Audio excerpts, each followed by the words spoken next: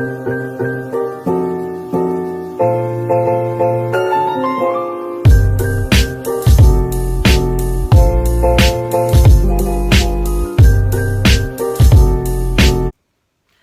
up, Plus I'm Fly. We are back with another video. So today I wanted to discuss a topic of something that happened with me personally in November. So in November 27th of last year, 2019, I got weight loss surgery. So the type of surgery that I got is called the sleeve VSG. And so a lot of people that know, I didn't talk to a lot of people about it, but I am an open book, as I said. So anybody who did ask me, I did let them know what's been going on. But this video is going to be all surgery related. I know I do get a lot of questions from people that do know I have it, or strangers that don't know but they've noticed things different with me. And so I tried to explain to them. Now, as a disclaimer, I do want to say I am not an expert. It's only been a little over 3 months, so going on 4 months, so I am still learning things as I go. So I don't want to pass myself off as some type of expert, because I'm not. Like I said, I'm still learning. So the first thing is why I got it. So what made me decide to go through with the surgery is it had nothing to do with like a vanity thing, like as far as how it looked. For those that know me, I've always been pretty confident at any size. I graduated, I gained weight after I had my kids, and I really still never lost that confidence. Like I said, fashion has always been something that's been something that I love, so I always make sure I dress the part, look the part, face bead, nails done. Like, I never was one of those girls that was just like hiding in the back. I've always been confident. So it wasn't about the vanity thing, but it was more so about the health reasons. So I'm very short, for those of you who don't know me. I'm only 5'2". So like right before surgery, I had got up to about 302. 302, I think, was my highest weight. And so for 5'2", that is a lot of weight on a short person. So before any major health risks started to develop, I felt that surgery would be the best option for me. Plus, I'm not going to lie, what happened is when I went to my job, I work for Bank of America, and I found out that it was covered by my insurance. So that means it's free. So I was like, well, shit, I'm definitely going to get it now that I know I can get it covered. So that was another major factor that helped me decide to go ahead and go through with it. The last video we discussed, I have 3 kids, 3 beautiful kids, and I wanted to make sure that I was around for them for the long run. And like I said, we have very, very hectic, strenuous, busy schedules, so I wanted to make sure that I was able to keep up with them. And so that is the main reason why I decided to get surgery. My inspiration, on Instagram and social media, I follow a lot of women that I already know who got the same surgery that I got in November. So following their pages, seeing their results, seeing how things worked out for them was a lot, helped me make my decision as well. So like there's Chrissy the Doll, Mia the Boss. These are their Instagram names. Also, there was a girl, TT got VSG. All of those girls, I followed their journey, and they were very inspirational and influential in helping me to make my decision as well.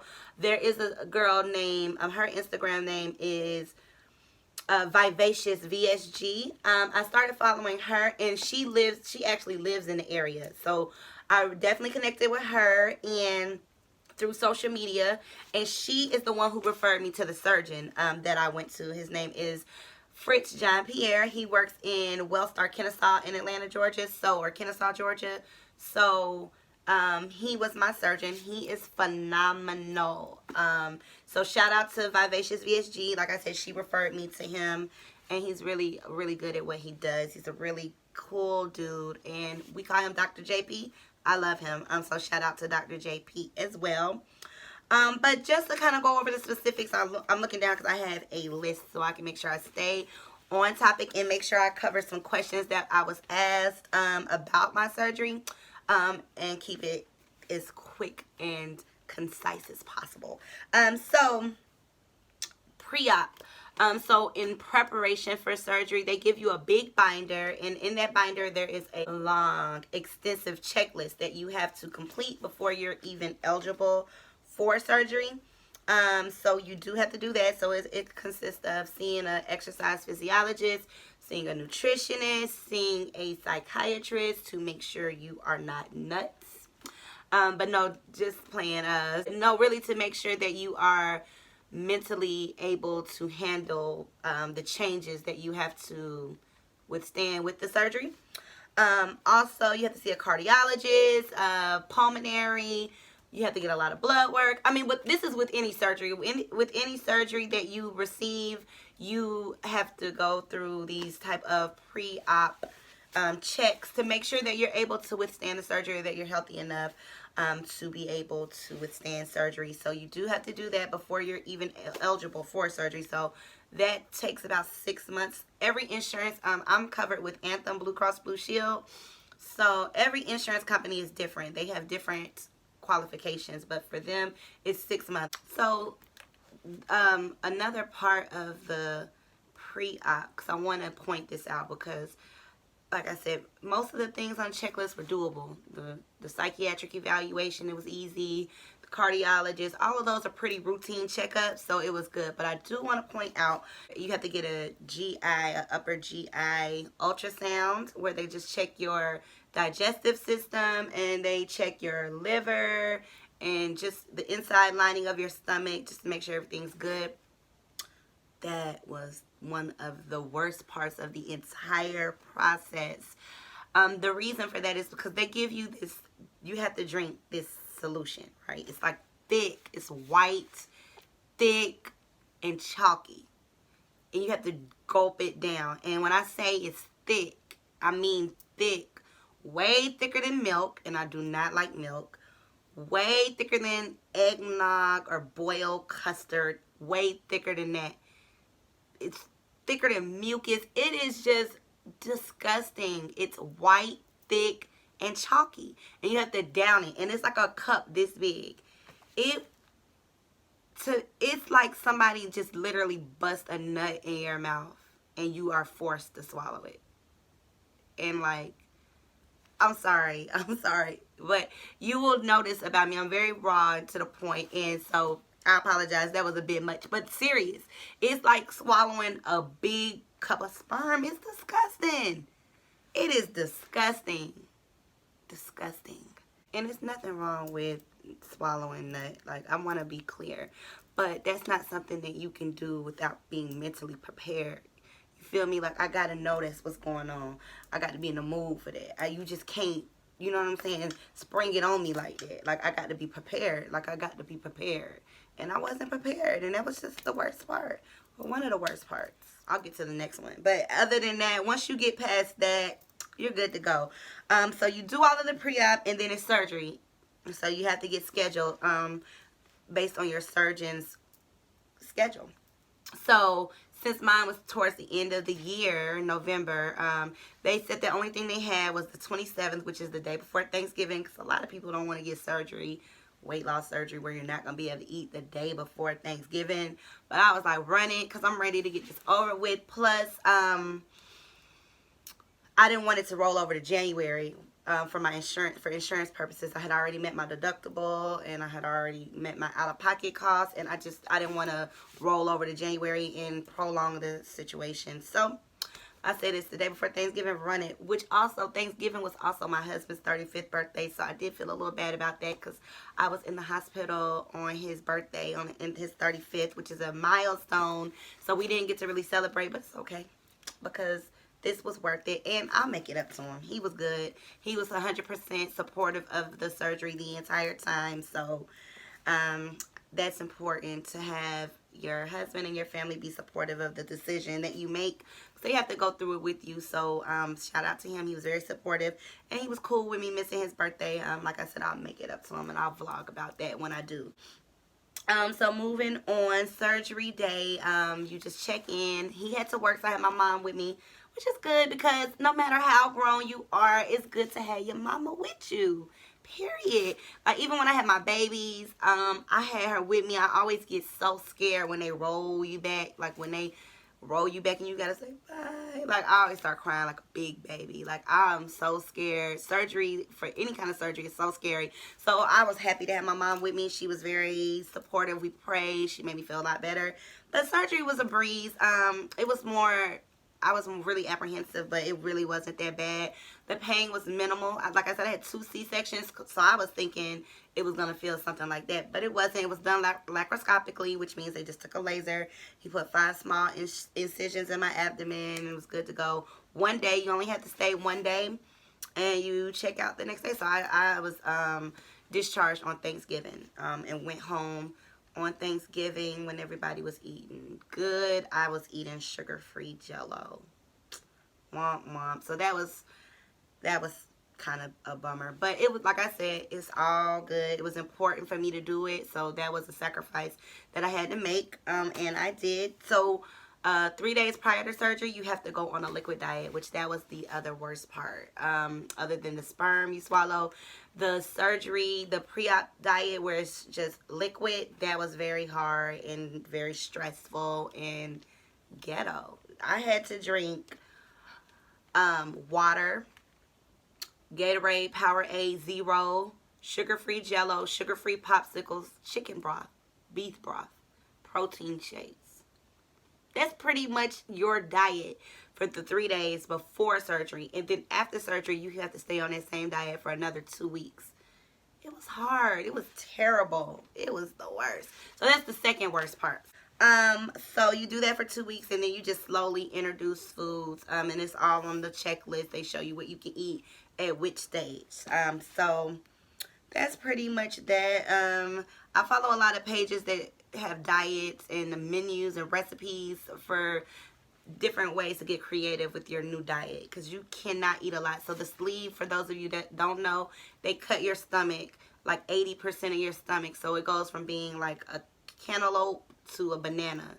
So they call it a sleeve because once they cut it, it looks like a sleeve. It looks like a banana to me, but a sleeve. So that's why they call it. So what it does is it just restricts the amount of food that you can eat. So since you can only eat very little, you lose weight. That's pretty much how the surgery works in a nutshell. So I can't eat a lot. I eat really, really small portions. And because you're eating such small portions, you don't always get all of the nutrients and vitamins that you would usually get in your meals. So it's important that you take vitamins every day. There are specific vitamins that you have to take to supplement the ones that you're not getting in your meals.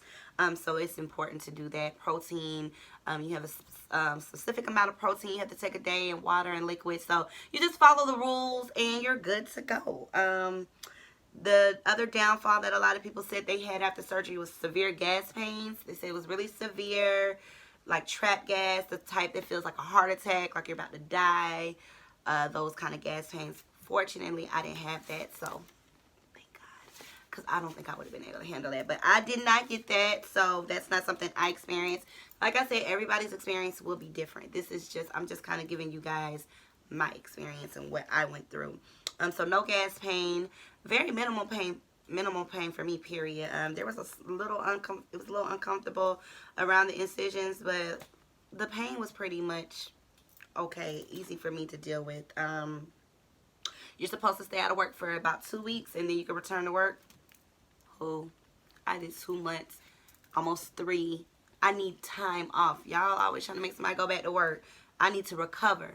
Because I also had to get my gallbladder removed. That's another thing. He just took my gallbladder out when he did the weight loss surgery. Okay, so another question or information that a lot of people want to know. They always ask me about loose skin and hair falling out. Those are some of the downsides to the surgery. So like I said, it's only been about 3 months, going on 4 for me. So I haven't experienced a lot of hair loss yet. My edges are pretty much still intact up under this wig, but I don't really wear my hair. I don't wear my hair. I've been bald-headed all my life, so I always wear a wig or weave or I mean, I used to wear my hair in a short haircut, but I don't really wear my hair. So the hair loss wasn't a huge thing for me, but it may be a big deal for some people. Also, this loose skin, I'm not sure about it yet. I'll see when I get there, but I'm probably gonna get some plastic surgery, you know, because I do know, oh, your breasts, they are deflating like